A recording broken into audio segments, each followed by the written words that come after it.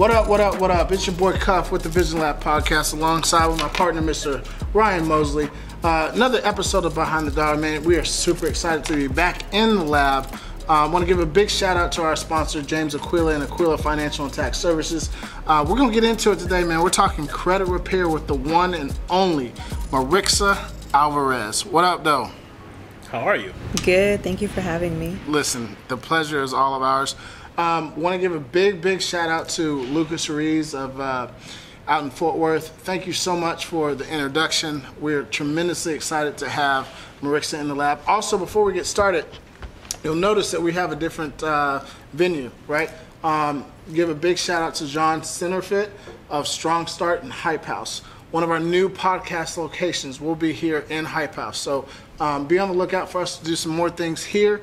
And also make sure you check those guys out. So let's talk credit repair. It is something that is vastly needed in today's society. Why is that? You need credit for everything. With the market being crazy right now, a lot of people are trying to buy a house, and what's stopping them, the number one reason is credit. Right. Or right now there's a shortage in vehicles, like used cars. A lot of people are they're selling cars left and right ever since the whole pandemic started. And a lot of people are getting interest rates aren't the best, and they're like, hey, I need to fix my credit so I can refinance my car to get a better payment, lower payment monthly. So you are from, what was the city in East Texas? Born in Henderson, Texas, but I was raised in Tyler, Texas. Raised in Tyler. So you heard that. What she's really saying is she really just wants to say Tyler, Texas, but... Well, that's the big city out there. Yeah, that's the big city out there. How does someone from Henderson, Texas, / Tyler, make their way to being so centrally figured in the credit repair industry? How did you find your way to credit repair? Honestly, it was kind of destined. It was kind of luck, to be honest. Okay. Because I was in insurance for a long time, from 2013 up until 2 years ago. I was in insurance. 13? Since 2013. Oh, okay. Yeah. And I worked in insurance. I had both licenses. I worked for two of the largest companies out there. And one day I was like, I want to work on my own credit. And I quickly realized when my car went out on me and I needed to get a new car, I didn't have any credit, and It was very hard. That's the day I realized how important credit was, and they went over my credit, and I was obviously denied. That's the day I was like, okay, I need to learn what credit is, because I was never taught about it. I didn't understand it. A lot of Latinos and Hispanic parents believe in paying cash for everything. I was never taught that. I was actually taught, don't get a credit card because all they want to do is get you in debt. So I never had a credit card until 2 years ago. Really? First time in my life. I was 30, going on 31. Wow. And honestly, that is one of the reasons why we put Behind the Dollar together for you guys, so that you can be educated on all different aspects of financial literacy. Growing up, you never knew about credit, right? And here you are, you're in a tough situation with the automobile, and you don't have good credit. I want to rewind a little bit, if you don't mind us getting a little bit personal. And because I think it resonates with so many people. A lot of people have credit troubles. How did you get involved in some of the credit, troubles and challenges that you experienced? I personally had horrible credit. Wow. It was just... How did it happen? When I was younger, I wasn't financially, mentally responsible. I would get things out and be like, I don't really care about it. I had a student loan on my credit. I had a loan on there that I didn't pay back when I was 22. I was like, whatever, I didn't really understand the concept of it. And so years later, when I tried to build it, I couldn't because I didn't know how. That's when I realized, okay, the knowledge of credit to build it, because I had ruined it in the past. So I had to literally start from zero and go up the hard way. And it's so, we're not that far in age. There's not a significant age gap between the three of us, and I don't know how it was with Mrs. Mosley, but I kind of grew up, I'm going to use the word afraid, but I didn't want to miss a payment, right? Like if I took out X amount of dollars, or if I borrowed X amount of dollars, you know, I have to pay that back. Right. And I understood that. And but I also understand, you know, that not everybody kind of has that tutelage or has that foundation, if you will. I mean, what was it like for you I was as it told relates about to like the debt? dangers of credit cards, right? In regards to like, okay, once you get one, like you need to make sure you're able to pay that bill when it comes in the next month. I mean, you know me, I listen to everything. So it's from a sense of like, you know, you go and watch somebody buy a car, like everyone's not walking around with 20, 30 grand. They can just put cash on the table. And so, I mean, I remember when I bought my first car or whatnot, I was like running your credit. And thankfully my mom and dad were like, hey, we're going to make sure you start building credit at a young age or whatnot. So when I went to go buy my first car, I basically told them like, hey man, here's what I want. You see my credit, you know I'm good for it. I had plenty of money in the bank, blah, blah, blah. What was your credit, roughly? Not I was like 780. So you were Gucci. Yeah, I was like 780. Like I was, and I'm probably still like a good solid 700s right now or whatnot. And how old were you at the time? So when I bought my first car all by myself, 20. Hold on, we were still working together at that point. So, were we? Yeah. 28, 29? No, 26, 27. Okay. 26, 27, something like that. But yeah, so I mean, you know, I didn't have I had a small credit card at the time or whatever. I mean, I might have used it like once a month just to make a payment, to show payment history or whatnot. Yeah. But yeah, I was aware of what credit was. Did I have the understanding that I have of it now? You know, being an adult, having a house? No, of course not. But it's a dangerous thing if it's abused, and it's a good thing if it's handled properly. I mean, my father-in-law used to say the 3 C's: cash, credit, and clout. Yep. It's like, you know, if you don't have cash, you know, hopefully you got good credit. You got to have 2 of the 3. Yeah, if you don't have good credit, hopefully you got enough clout where somebody is willing to do a favor for you. So, well, it's interesting because you had mentioned in the Latino community, and I think it really is for minorities, because I know we could probably speak for the African American community as well.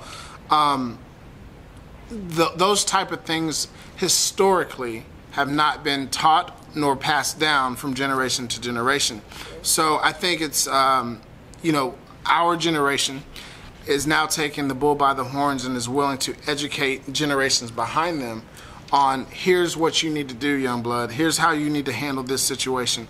I do know friends that have had credit cards since 16, 17 years old.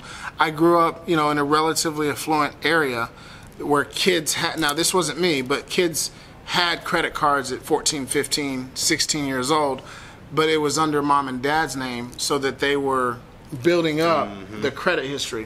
What are some of the things that you see, Marixa, in terms of disparities between, you know, minority cultures and whites? It's true what you're saying. Yeah. 95% of my clients are minorities. Yeah. I honestly, out of 315 clients, I have 3 Caucasians, and 2 of them are a couple. Another one is like a middle-aged person. I don't have those clients, and I think because in their culture, like, they're taught about credit. Even now, my 13-year-old son, he has a credit card. He's had a credit card for the last year, and I've been teaching him the last year how to use a credit card, which a lot of Latinos, they don't even, like, their parents don't even have a bank account because they use cash for everything. So I feel like it has to do with your culture, like your family history, and just like generation wise, that we don't get taught that. We're not taught that.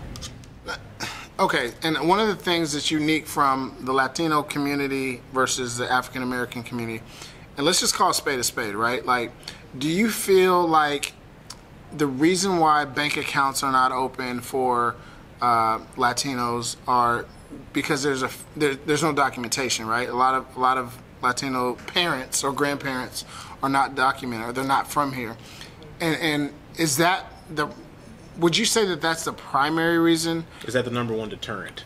Yeah, that kind of is a deterrent for the financial literacy or education to pass on to the generations behind them? I would say yes, because like, for example, in Mexico, they use pesos. They use actually like money and, you know, pesos for everything. It's like over there, it's rare to see somebody actually have a debit card or credit card. It's like, oh, you're considered like wealthy if you have a debit card and a bank account. Everybody uses like currency. So I'm guessing when they come to the U.S. and they have their children, they're so used to using just cash. So the newer generation, the ones that are like that I know that are really trying to fix their credit, building it, they're all in their 20s and 30s. The older clients that I have, it's very little of them. They're the ones that are like myself, 30 and up, that they weren't taught about it. That I think it has to do with their parents, and another factor, they come from Mexico. They're guys scared to like open a bank account. Yeah, because they'll get caught. Yes, or they don't know that you can build credit with an I-10. Well, it's that, and the fact that she just said, like, they're not used to, like, it's hard currency. It's cash and carry for everything. So what do you mean I'm going to go put all the money I have in my name in a building somewhere to where I trust, and I can't trust that. Like, I can't readily access that whenever I need to go take care of something. Like, it's a concept they have. Concept. It's the psychology of it all. It's very scary. It's more than just the lack of documentation. It's the sense of, hey, I need to go buy this right now. What do you mean I got to go down the street, stand in line, fill out a piece of paperwork to get my own money? Like, no, I'd rather have it in hand. I mean, even to this day, like, I still keep a stash of cash in my own house. Well, I think everybody should do that. I mean, so it's, if you come from a culture where essentially you feel like you can't trust the bank, or the bank is a foreign concept, and yeah, it's definitely a hurdle to get over. Allow me to switch gears for a second. Can I do that? Well, before you switch gears, one of the things that I heard you say as it relates to like the older generation coming up in Mexico, etc., and not having that trust with the banking systems. In your experience, what are you most often seeing in terms of like having poor credit? Like, how does somebody get? What are the factors? What are the factors to get bad credit? A lot of factors. So, for example, a lot of people, when they get their social, or they discover that you can get an I-10 and build credit, though a lot of them are responsible. A lot of the Latinos that I get are like younger generations. I would say, what is the word? Millennials? No, not really millennials. I don't know what the word is in English. Oh my gosh. Say it in Spanish. It's cool. Chicanos. Chicanos. Okay. Yeah, a lot of Chicanos. They're the ones that ruin their credit. Really? Yeah, they're the ones that ruin their credit because they get things out and they're like, I don't care. I'm not going to pay it back. A lot of my clients that have messed up their credit are Chicanos. The ones that have an I-10 they're trying to build, we help build credit as well. But it's very rare that we'll have someone with an I-10 come to me and have horrible credit. Those are the ones that come pay me cash all the way in person to my office. They will drive over an hour to bring me cash. And I'm like, just pay with a debit card. And they're like, no, I'm going to bring you cash. And they literally bring the whole amount in cash. Do you find yourself with that particular client trying to change, as Mo pointed out earlier, like the financial psychology of that individual? Like, yo, and no disrespect, but like, yo, Jose, don't bring me cash. Like, you can put it in a bank. We can do this electronically. We can do this through debit, etc. Do you find yourself often trying to educate them and changing their psychology as it relates to money? Yes, but it all goes back to trust. They want to physically see a receipt, and they want to make sure we're real and we're legit all the time. I get it all, at least once, twice a month. I will have somebody come and bring me $2,000 cash. Boom. And I'm like, why did you bring me cash? They're like, I need a receipt, and I want to make sure your office existed. And I'm like, the trust. They're like, I guess people, I'm not going to lie to you, a lot of Hispanics get scammed. A lot of them, whether it be buying a house and not being the person's property or any kind of business, they're like, oh, I've been scammed before. I need to make sure you're legit. And they'll come. I've had somebody travel all the way from Costa Corsicana, come bring me cash because he wanted to make sure we were real and I was who I was. Wow. And he brought me $2,000 cash. And I was like, wow. and for those that are watching on YouTube, and by the way, if you like the content that you've heard thus far from the TheVisionLab podcast, Behind the Dollar, featuring Marixa Alvarez, make sure you hit that like button, that subscribe button as well.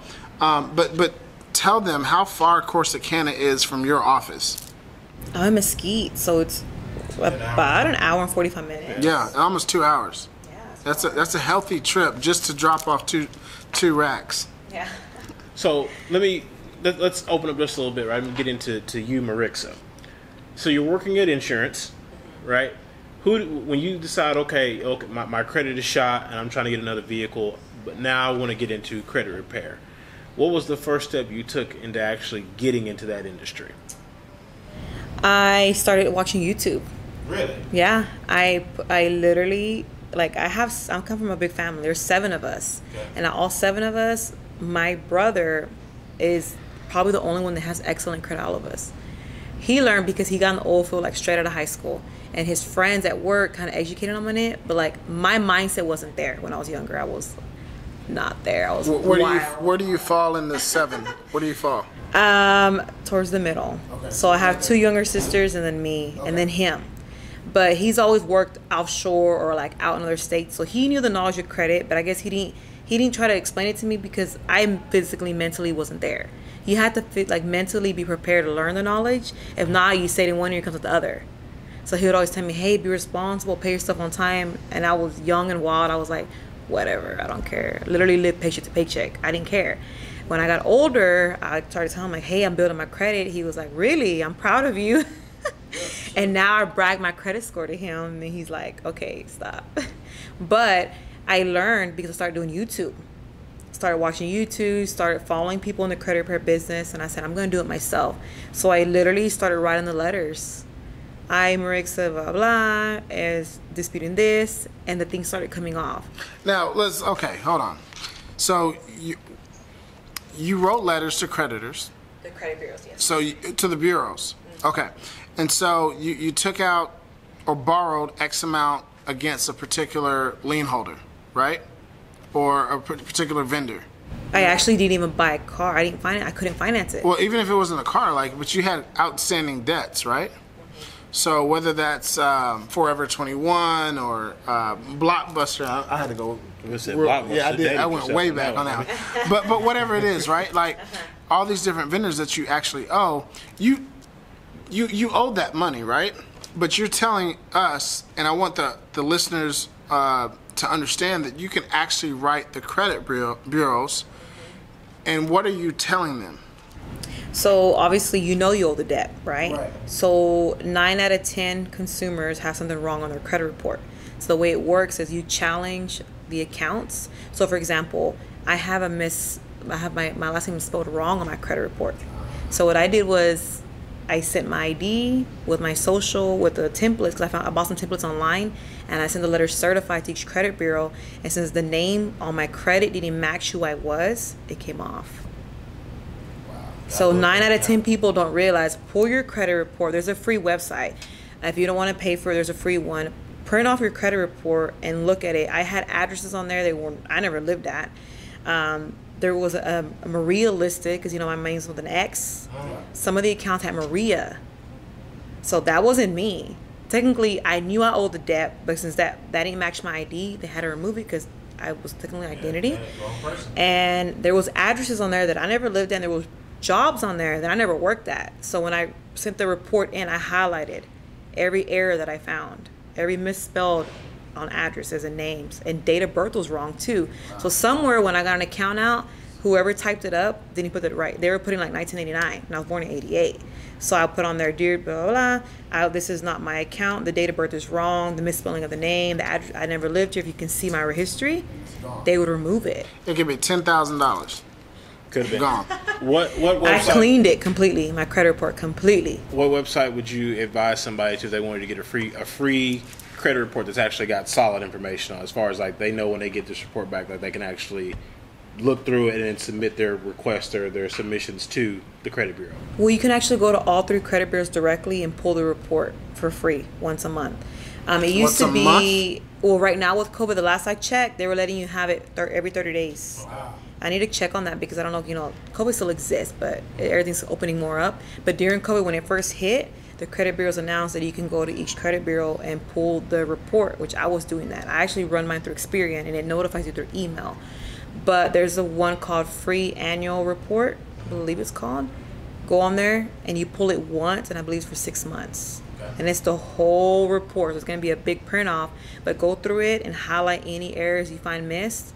And there's several Facebook groups out there. They sell templates. Print the template off, fill it out, attach it to your credit report, and if you send it certified, when the credit bureaus received it. Gotcha. So you talked about how your brother working in the oil field, he kind of got a little bit of education when it came to credit, but you weren't in the mindset to receive the information that he was ready to give.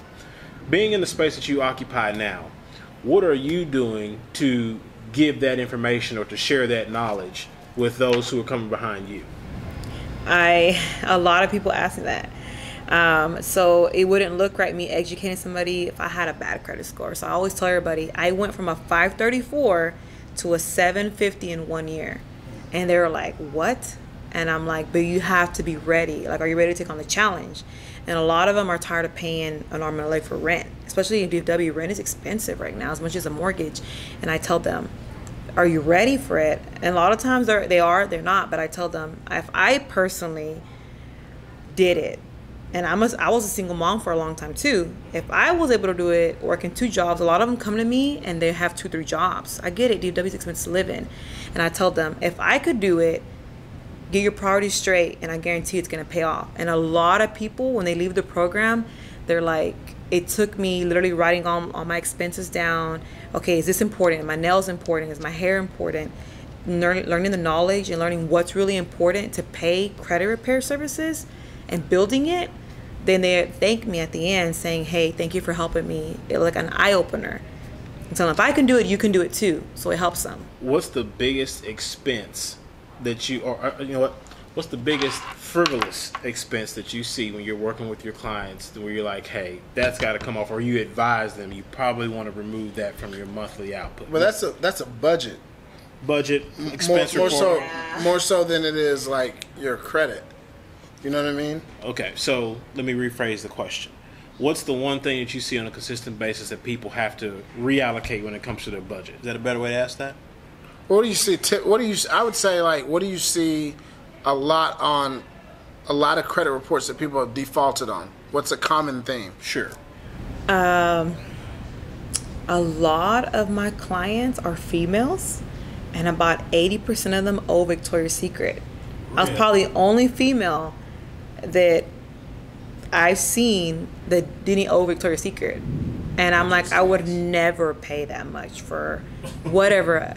A lot, probably 80-90% of my female clients owe Victoria's Secret or Bath and Body Works or that the same company. But I'm like, does everybody owe Victoria's Secret? Like, is this company? I think the last time I checked, the company wasn't That's something to wear underneath. Yeah, and they're always like, oh yeah, I maxed out the credit card, then I couldn't pay it. And I'm like, everybody loves Victoria's Secret, but a lot of them owe Victoria. But the number one thing that I see when we're going on our budgeting sheet is going out on the weekends. And I tell them, I was once there. As soon as Friday hit, my nails, shoes, getting ready to go out, partying with my friends. And I tell them, on the weekend, think about it. Restaurants, brunch, I get it. We all want to have fun on the weekends. But that's where they spend the most money, is restaurants. And I tell them, buy less restaurant food and cook more at home. And they're like, hey, I saved $80 this week on not buying Starbucks on the way to work. That's $320 a month. You know, that's why I don't drink coffee to begin with. That's almost $4,000 for the year. Come on now, right off the top, and it's crazy how it all compounds both from a negative perspective as well as from a positive perspective as well. You know, so you're like most were saying. You know, your brother had done well, told you to kind of get on the ball, and you were reluctant. You finally got your credit fixed. One of the measurable actions that you took was reaching out to the credit bureaus. I want you to look into the camera and talk to the visionaries that are listening and tuning in. What are some of the things that they can also do to help repair their credit before they really get in too deep? To repair credit, I would say look at the report itself and see what you can fix. But while you're repairing it, also learn the concept of building it. If you just repair it, it's not going to change. You have to actually work on building it, which would be being added as an authorization to somebody's account. So somebody that you know and trust that will let you piggyback their credit off of them. And somebody that you know will pay their own bills. Yes, because keep in mind, if you piggyback off somebody, like say we've been friends forever and I'm like, hey, let me get on your Discover credit card, and you turn on and max out that credit card, it's going to affect you and me. I've seen that happen. So be careful with who you get added to. And also, if you don't have good credit, nobody's going to approve you for a credit card. So you have to start with secure credit cards. Be willing to put $200 down to start credit or $300 down and learn the concept of how to use credit cards. If you don't understand that concept, your credit's not going to change. It's going to be repairing. It's going to go right back down if you max out the credit cards. And this is a really good segue. What affects I think it's important for visionaries to understand.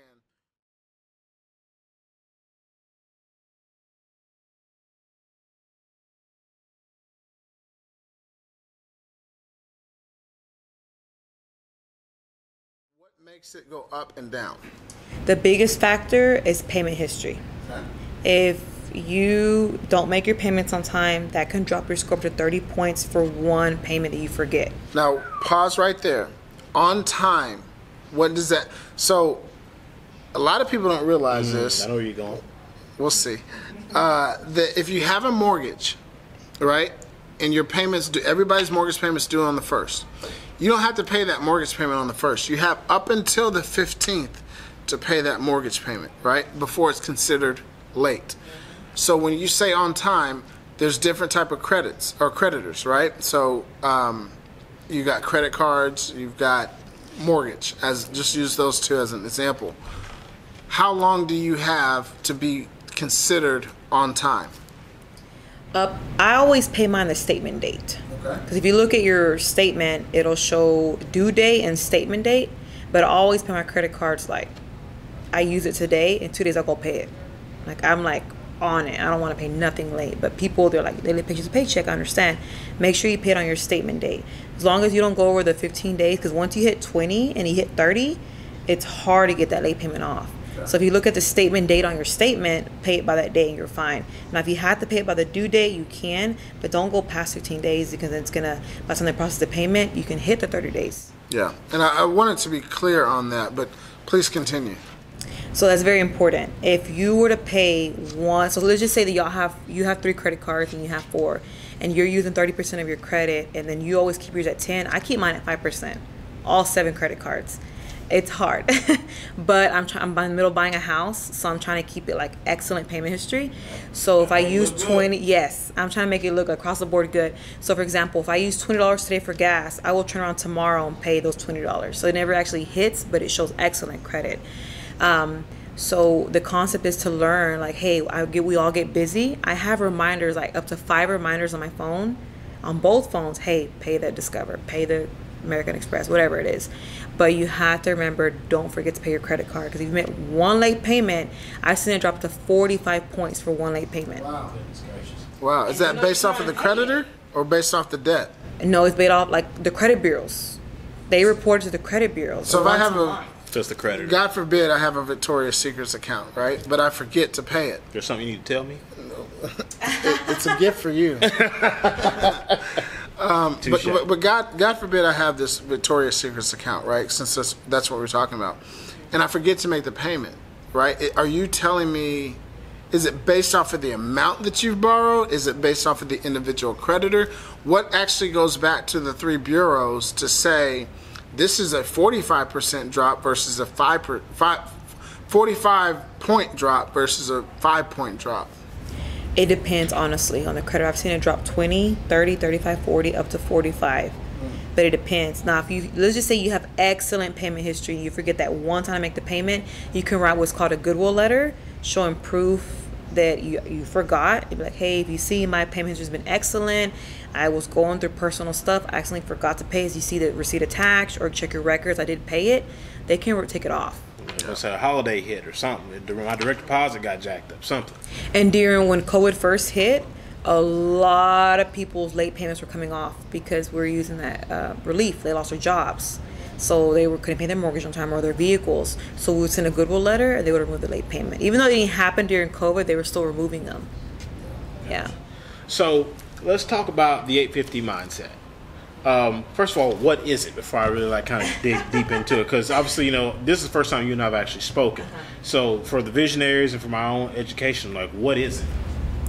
So the way I came up with the name was when I was starting to launch the business.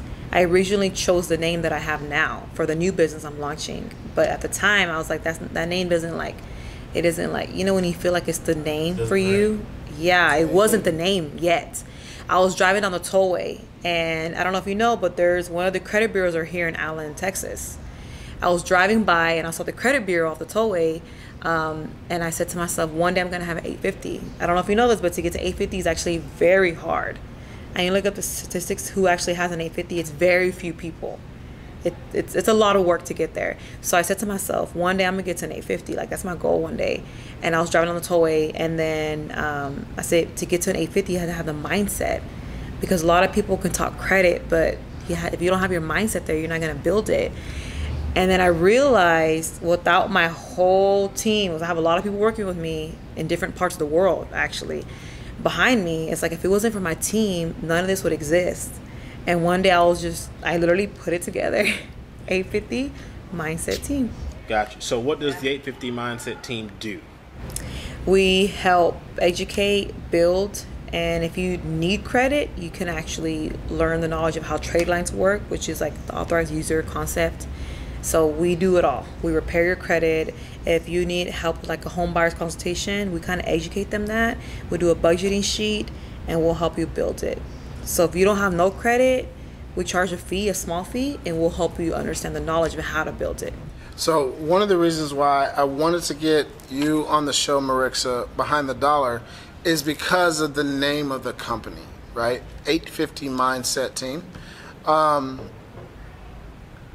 We're all about growth mindset and having a vision, hence the Vision Lab, right? You're driving down the tollway in Allen, and you see, one of the bureaus that are out here. As you start to look up, and you've got now the name of the company, what is your mindset on actually like creating this company? I didn't think it was going to get this big, honestly. My first goal was to get to 100 clients. My first month, I signed up 90 people. Really? Wow. My second month, I signed up 110 people, and this was when everyone was on lockdown from COVID. And how long has 850 Mindset been We around? just turned 1 year. Congratulations. Yeah. Wow. Congratulations. Because when I first started the business, it was more like financial education. Like, I've been an insurance broker for a long time, so I kind of started selling policies. Well, I knew a girl that was doing credit repair, and she kind of tried to educate me. But that's when I started fixing the first year is when I started fixing it on my own, but I didn't really have a name. So 850 Mindset Team became last July, I think. Yeah, this month's a year. And you're killing the game. Yeah. I signed up so many people so fast that there's this company called Smart Credit.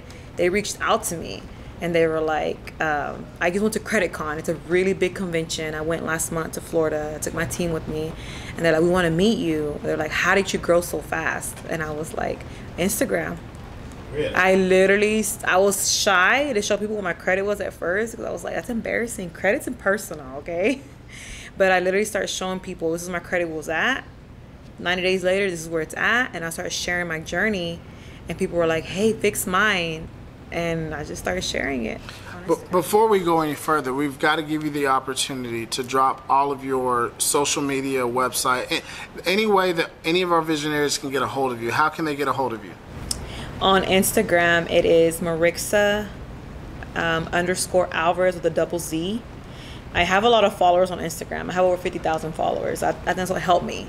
And then my business Instagram is credit coach _ Marixa with an X. Okay. And then what about 850? Facebook. It's 850 Mindset Team on Facebook. Gotcha. Yeah. So now you've got this baby that's walking a lot faster than you thought it was going to walk. Oh yeah, I was like, what did I get myself into, honestly? So you've got now, as you said, you've got a team now, right? What are some of the daily habits that you guys practice from a financial standpoint to make sure you guys are all good? Because you can't be out here saying, hey, we're going to help people repair their credit and get them squared away, and you guys in-house aren't practicing those same tenets. What do you, I shouldn't use the word demand, but what do you make sure that your team has together with their own personal credit? So everyone on my team, because remember I tell you people working for me in different parts of the world. Okay. The people that I have here in the U.S. working for me, I tell them, as long as you work for me, I fix your credit for free. Because how are you going to coach people if you don't have good credit? So all my team, I'm fixing their credit. All of them had credit issues, believe it or not. And all of them came to me as clients. Wow. They start seeing the program. They're like, hey, are you hiring? The way we grew so fast, I literally, my anxiety was so bad because we were working so much. People were signing up left and right. I was doing 10, 12, 15 clients a day, 30 clients in 3 days, back-to-back consultations. So I started hiring people, and on my platform on Instagram, they were like, "Are you hiring?" And I'm like, "But you're a client." They're like, "But I want to work with you because you inspire me." So I learned really quick customer service is very important because word of mouth is the worst advertisement. So literally every month I just keep hiring people, hiring salespeople, sales and customer service, because when you call, I always want somebody to get the phone. That's the biggest thing for me. If somebody tells me I call, nobody answer, I'm like, there's 7 of us here with 4 lines. Somebody should answer that phone. There's 28 opportunities for Yes. So my biggest thing is the growth. And it's not about sales. I always tell my team, it's not about sales. The customer service is the worst. It's the most important part. That's the worst part to get known in this industry, that we're not good at what we do. So you were really thrusted or catapulted into this. Like you said, the baby was walking The baby faster started walking at 6 months. than you anticipated. Mentally, because, you know, we got to tap into the mindset. Like, how has your mindset shifted from Marixa of 2018 or 19 to now?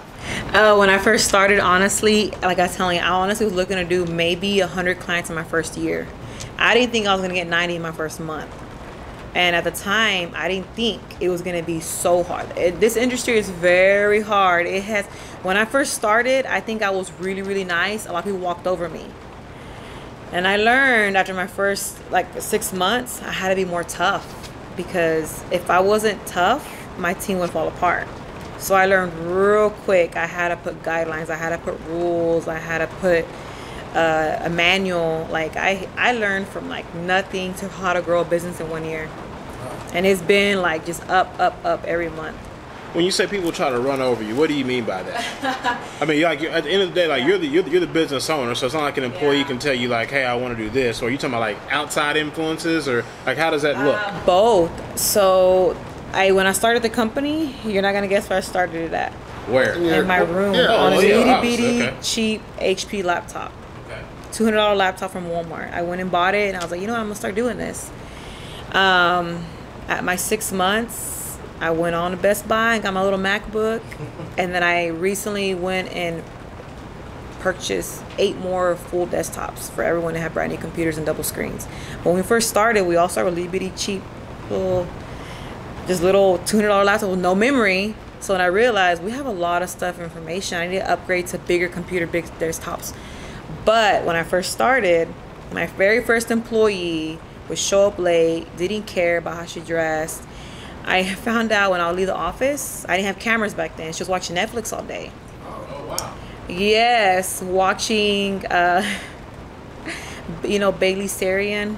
She talks about murder. I love murder mystery. She talks about murder mystery while she's doing her makeup. I found out she was watching makeup videos all day. So when she took my kindness, she took granted of my kindness. I would tell her hey, I'll be back. I would market before COVID hit, I was out marketing in person at events. When COVID hit, I had to do it a different way. I had to do it through the phone, through Zoom, FaceTime. So I was always busy doing stuff. So when I leave the office, she wouldn't work. So I had to probably let go 3 people this year, and it was so hard to do because I'm a real nice person. But I realized if you're not tough on people, they'll take advantage of you. Yeah. You talked about marketing, and I know earlier in the conversation, you have 50,000 followers, 50,000 plus followers. How integral has social media been for you? Oh, if it wasn't for Instagram, my business wouldn't have launched. I didn't announce it really on Facebook. It was all through Instagram. Did you have that type of following before 850? No, I didn't. I started at 40. 40 what? 40,000. But before, because like I told you, I was a whole different person when I was younger. I was into rodeos, I was into concerts, I was into traveling, I was into the party life. So a lot of people knew me as that. And when I started talking credit, I guess they didn't take me serious. They were like, oh, it's just, it's just something she's gonna do and quit. And when I really fell in love and passion for credit repair and helping people, my following and networking with realtors, and during COVID, real estate industry boomed. Yeah. That's how my business boomed. And I know it sounds bad. It's like, wow, during COVID when people were like sick and stuff, how did your business boom when something like that happen? But honestly, it's a blessing, because if it wasn't for COVID happening, the real estate industry, the way it boomed, it directed the business to me, because if they want to buy a house, they have to start with credit. Right. So, I feel kind of bad sometimes. I'm like, wow, a difficult time for so many people in this world. My business did like the best ever during COVID. What made you go from being out in rodeos and the concerts and the party and all that? What made you shift gears? Honestly, changing my mindset. I realized if I didn't have money saved, if I didn't take learning credit, my biggest thing was back then, I couldn't save $10 in my pocket for nothing. I would spend every dime. By Sunday, I was literally like, didn't have money by the next Wednesday, waiting to get paid on Friday. And I honestly think I took hitting rock bottom, not having a car. I was going to say, was that your rock bottom? Yes. And how, just for perspective, how long ago was that? In 2018. Yeah. So roughly 3 years ago. 3 years ago. About 3.5, honestly. Like at the beginning of 18, towards the end of 17. It's crazy. It really goes to show that if you have a vision, you work your vision. You do the work. You do the work. Things happen. You know what I mean? One step in front of the other, hands in the dirt, get to it. What's one piece of advice you would tell all consumers out there? So honestly, if you really want something, go for it. Like, I always knew I had it in me because I was always good at sales, but I don't think I had people believe in me, because they were like, oh, you're just a party girl. But when I actually took like this serious, I changed for myself. They can sit there and tell you all day, do this, but if you don't actually do it for yourself, for your future, it's not going to sink in. It's not. And then same question as it relates to, keeping a healthy credit score or healthy credit. Yes. Credit is everything. Yeah. Literally, if you want a nice phone, and whatever your phone is, if you go to the store and get it and you don't have good credit, you have to put a lot down. But if you have a good credit score, you can get whatever phone you want with like zero down, walk out with like payments. It happens. I worked at Verizon for years in sales, and I knew running somebody's application, if they had bad credit, which now I knew, I'd be like, hey, you need help? They had to put up to $500 down on the phone. So, but here's the deal. I know a lot of people are going to say, well, hey, Marixa, you did this. Like, you had bad credit at one point, and you fixed it. I can just go take out X, Y, Z in terms of debt, rack up my debt, not pay it off, and then in a couple years, I'll just get with a company like yours, and you'll fix it. That's something I do educate them. I tell them, hey, remember, you're doing this for the long run. Remember how it felt to get denied. Whether it be you need a new TV, a new sofa, a new bed set, and you went to, let's just say, XYZ furniture place. Remember that feeling when you get denied? It's not a good feeling. I know I didn't like getting denied, but it's a good feeling when you remember you get approved for the things you want. And affordable. Like, for example, somebody with bad credit goes to buy furniture at one of those leasing places. It's expensive. You pay double the amount. I tell them, remember when you got denied? It's not a good feeling, right? And I have to constantly remind my clients, when you get good credit, remember the work you put in to get there and don't ruin it. And a lot of them have told me that. Well, what happens if I ruin it again? I'm like, remember how much it's cost you? Like, keep up with it and you'll learn. And a lot of them, they're like, wow, I got approved for that truck I wanted. I got approved for this laptop I wanted from Best Buy. I got approved for this new furniture set. And I'm like, doesn't it feel good to get approved for things you want? So it's not just about getting the approval or the decline. I mean, the ramifications of maybe paying double the amount for the same type of vehicle or sofa or appliance or whatever it is. I mean, you could take something that should cost you $50, but you're paying $150 every month for it. Yep. You're spending 2 or 3 and 4x more because your credit's shoddy. Yes. So my first vehicle I ever got out was an 18% interest rate. Oh my gosh. Yeah, and I honestly, I didn't know about credit. I was like, it was a Charger, Dodge Charger back in 2015. And I was like, I wanted the car so bad. I was like, yeah, I'll take it. What was your car note and what should it have been? So I realized real quick, 4 years later, I still owe $15,000 on that car. Yes, and I was like, what do you mean I owe $15K? And they're like, well, you got the car for like over 20 something, almost 30. And I was like, but I've been paying it for 4 years.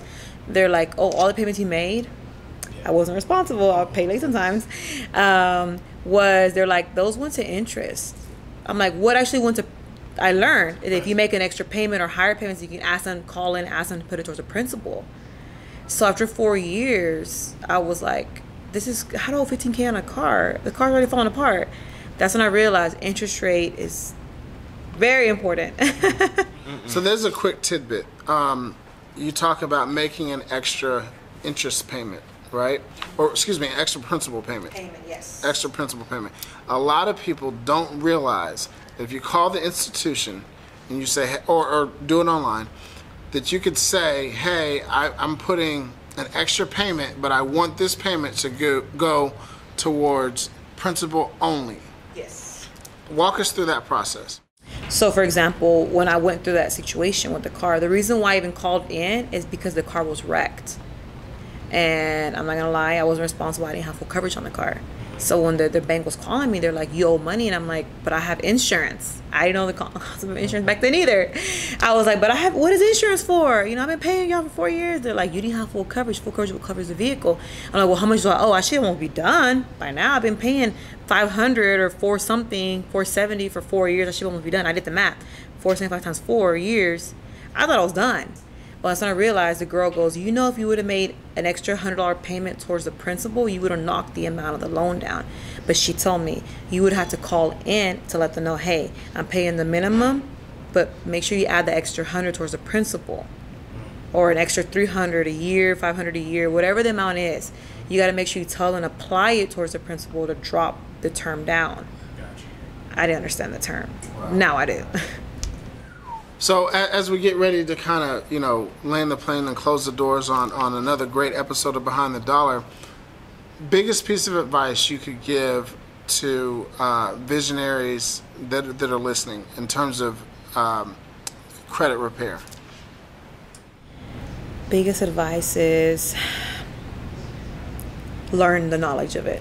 If you don't know the knowledge of it, you're not going to understand it. A lot of people think it's easy to get a credit card out and not pay it. Use the utilization. Do you know what utilization is? No, please. So the biggest factor that I see in people, I tell them, remember, let's just say you have horrible credit. Their Capital One has a secure credit card. $200 deposit down. Because remember, if you don't have good credit, they want to approve you. Right. They'll sit there and get the credit card out, but turn around and use it for the light bill of $198. You get shot off the utilization.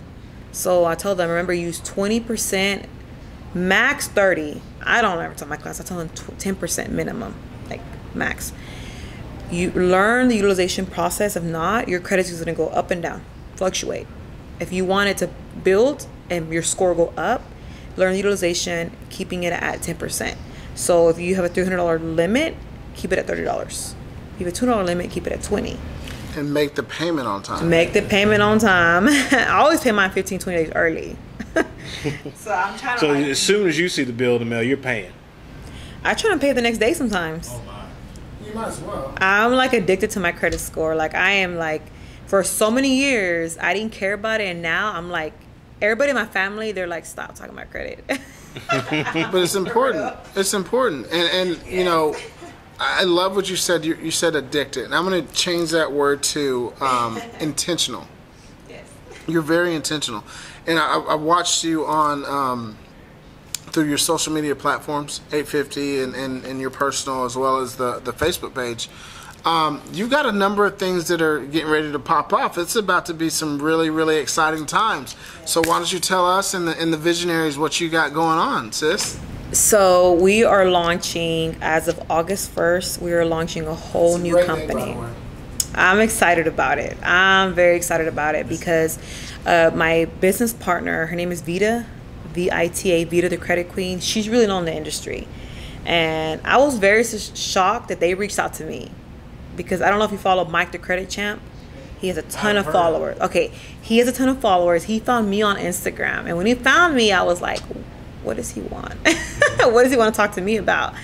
I went to dinner with him in Frisco at the Star, I think it was, and I met him in person. He goes, hey, he paid. He's actually, I was kind of like, why somebody with so many followers want to reach out to me? I just started my company. Yeah. He goes, I found out about you through a girl that I know. Shit, kept on sharing your platform. He found me. I'm telling you, it was destined to happen. He found me like 8 months ago, I would say. He introduced me to Vita and the owner of We Care Credit. They're both behind, her name is Ren. Ren is the owner of the company. She has Vita and Mike the Credit Champ under her. And they were like, we want to work with you. And I think out of all the people in the credit repair world, I'm like, why me? So I was kind of hesitant to work with them at first. I was like, but why me? Like, I don't get it. I'm new to this. They've been in this game forever, like years. They know what they're doing. What did he say when you said why me? I was like, okay, well, what's this about? I was kind of intimidated. I was kind of scared. I was like, what does he want to talk about? He goes, I want to talk to you about business. And I was like, okay. He goes, I've been following you. I've been watching your stories. And how many clients do you have? So I told him about 95% of my clients were Latinos and Chicanos. And that's where like the light bulb clicked. His clients aren't Latinos. They're, honestly, I think most of his clients, 95% are African American. Okay. And he goes, I want to get in the Latino market. I want you and Vita to work with me. So we all partnered up together. That's how we start this new thing. He goes, I want y'all to get the Latino market. That's where the money's at right now. I'm like, okay. So we met months back. And then remember I told you the first name that I thought for the credit repair company was Mejorando Crédito. So I bought that domain over a year ago. So I've been having the domain. I bought it and it's just been sitting there. And I keep buying the renewal every month. And then I met the owner, Ren, and I met Vita through Mike. She's really known on social media. So everyone would always like tag me and her on posts. So I knew who she was. But I didn't think she knew who I was. But apparently she knew who I was. So when I met her, and I was like, okay, well, I made a proposal to them. I was like, hey, how about we start another company together? Yeah. If you're really good at credit, he's really good at credit, I'm really good at credit, let's just work together. Like, why work against each other when we can do it together? So we had a meeting with the main boss, Ren, and she's like, I like your mindset. Like, why work against when you can build an empire together? And we all, like he said, we're all going to eat together at the same table. We're all going to win. And so I told them, hey, I already have the name. And they were like, what's the name? I'm like, Mejorando Crédito. And ever since I started launching it, like promoting it, kind of like a soft launch, I've had so many people interested because I don't know, like I said, I-10 credit is very hard to obtain. And we're launching probably one of the best programs for I-10 clients to get them to buy homes, buy cars, buy things they want with an I-10. Because remember, it's not a social. It's a different factor. It's an I-10. So we're launching it August the 1st, Mejorando Crédito. We went to the radio station last week. We're going to be on TV. We just went to Houston last week and spoke to builders. We're sponsoring, it's called Battle of the Lenders. Have you ever heard of it? No. We're going to be a sponsor at Battle of the Lenders in Houston. They asked me to be a sponsor, and I was like, yeah, I'll be there. We're gonna start launching it across like ads. We've already had 2 boxers, famous boxers, wanting to work with us to help get this out because like they know it. Latinos don't know about credit.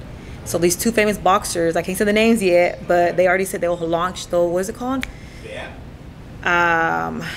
They will do the drop for us. The drop, like I guess, like put it on their platforms to get the name out there. Gotcha. We have 2 famous boxers and we have 2 famous singers, Latin singers. They're gonna start doing it. Gotcha. And we just reached out. Do you know who Jenny Rivera is?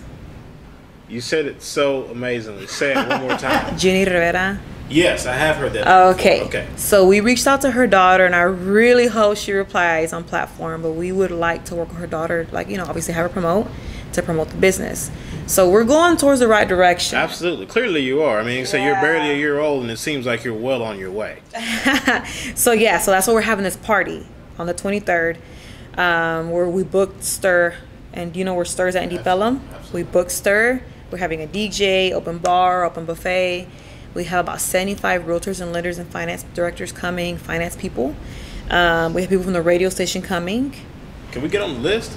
Yeah, I want y'all to come. I want y'all to meet everyone. All right, we're going to put that on the Vision Lab calendar. No doubt. Marixa, thank you so much for your time. Cuff, shout out to you. Another great guest from you, sir. Yeah, this is good. You know, at the end of the day, like we talked about kind of offline, I mean, the idea behind the dollar is to really educate people on different facets of the financial industry. I think you're doing some amazing work in the space. Credit repair is very, very important. Keep rocking it out. You know, we're humbled and honored to have you into the lab. You know, it's been an outstanding experience for us. Ladies and gentlemen, my name is Ryan Mosley. He is Ryan Cuffey. Thank you again to our guest, Marixa Alvarez. And we'll see you guys next month on another great episode of Behind the Dollar on the TheVisionLab podcast. Blessings.